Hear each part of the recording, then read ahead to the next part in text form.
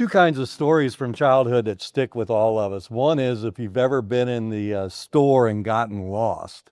That's a horrible feeling. I remember as a small child, I used to like to get up in the middle of the clothing racks and hide, and it felt like my own little world in there. Well, one time I did that to such a point that my mom had moved on dramatically from her location in the store without realizing that I was missing. And I was lost, and she couldn't find me. And boy, what a horrible feeling that was.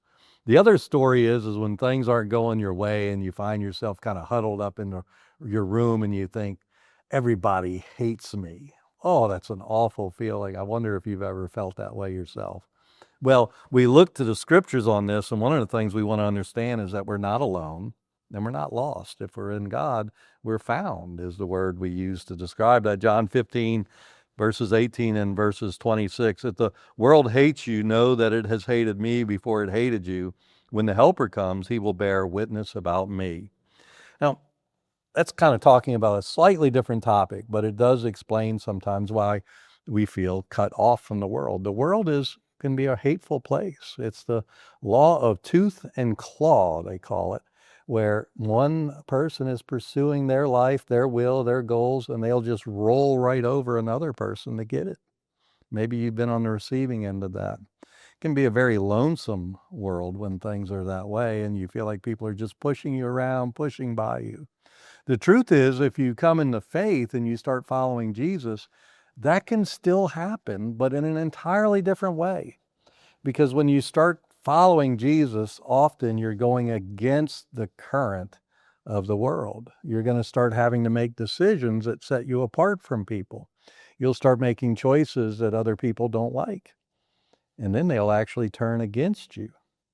People will dislike you for being honest. People will be upset with you if you're like me and you have to turn away from drinking and drugging. They'll be upset with you for turning away from that lifestyle because it points out their own weaknesses.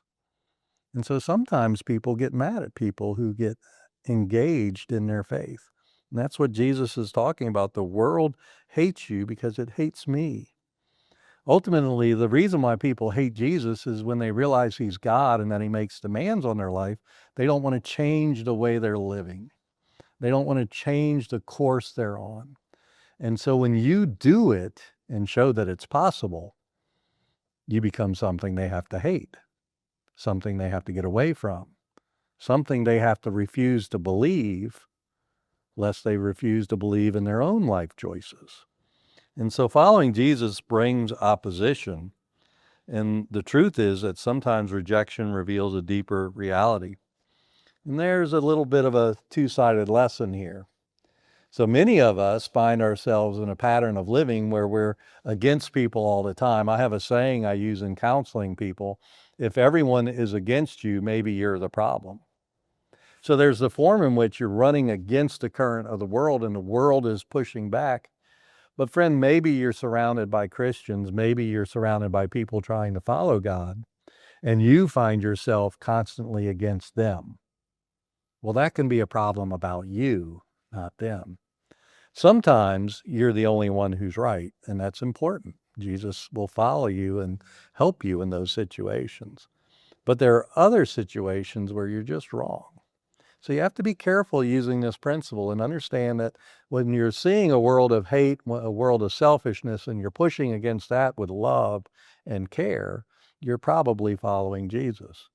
But when you're the one who's being selfish or being accused of being selfish by a world around you, maybe this is an opportunity to take pause and think. So we want to be careful not to use this passage as a form of spiritual blindness. And we want to be aware of our need to be humble. And the way we can do this, as Jesus talks about in this passage, is that he'll send a helper, the Holy Spirit, to be with us. It's the Holy Spirit that will sustain us. It's the Holy Spirit that teaches us the truth. It's the Holy Spirit that reminds us who Christ is and that we're to be pursuing him on a regular basis.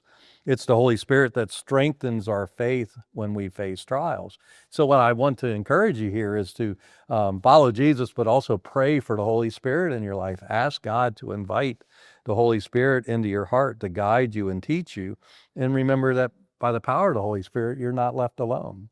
The Trinity works in this wonderful way. The Father, the Son, the Holy Spirit. The Father in heaven, creating and sustaining all things. Jesus Christ, the one who saves us, who shows us how to live. And the Holy Spirit that walks with us day by day, empowering us to live. The Spirit works through us.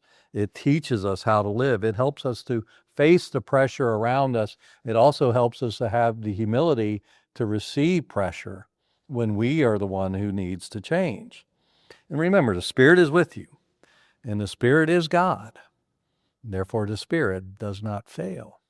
So, friend, I hope you'll understand that there is a place to turn when you have needs, to see God at work in your life by the power of the Spirit, by the power of the Son, and the power of the Father.